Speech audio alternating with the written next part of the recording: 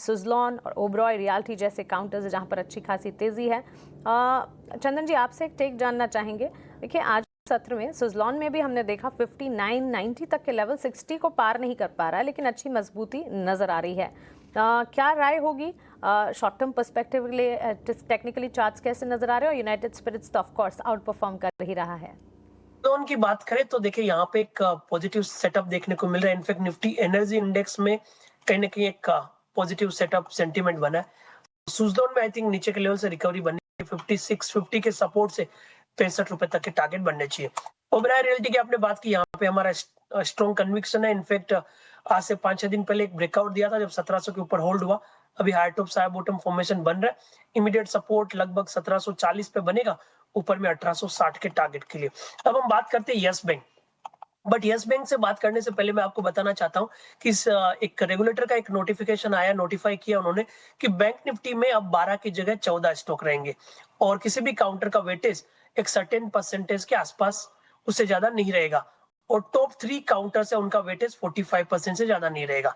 सो 20% का जो वेटेज रहेगा उसकी वजह से कुछ दो दिग्गज counter HDFC bank, ICICI bank है, उनका वेटेज थोड़ा कम होगा। और 3 काउंटर एचडीएफसी, आईसीआईसी और एसबीआई, उनका वेटेज भी टोटल मिला के बैंक निफ्टी में कम रहेगा।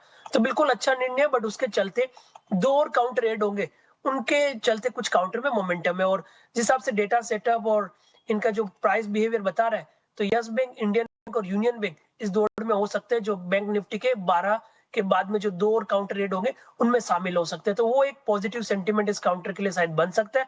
इसके चलते यहाँ पे बाइंग इंटरेस्ट बनना चाहिए। 22 रुपए के सपोर्ट से कहीं ना कहीं 25 रुपए तक के टारगेट यस बैंक में देखने को मिले। देखिए, तीनों चारों काउंटर की बात करें, सबसे पहले हम यूनाइटेड स्पिरिट की बात कर लेते हैं। वहां पे काफी अच्छा मोमेंटम और बॉटम आउट अप्रोच बना है। पिछले लगभग आप देखोगे 14 वीक के कंसोलिडेशन के बाद में इसका जो हर्डल था 1365, वो निकल के मोमेंटम हुआ है।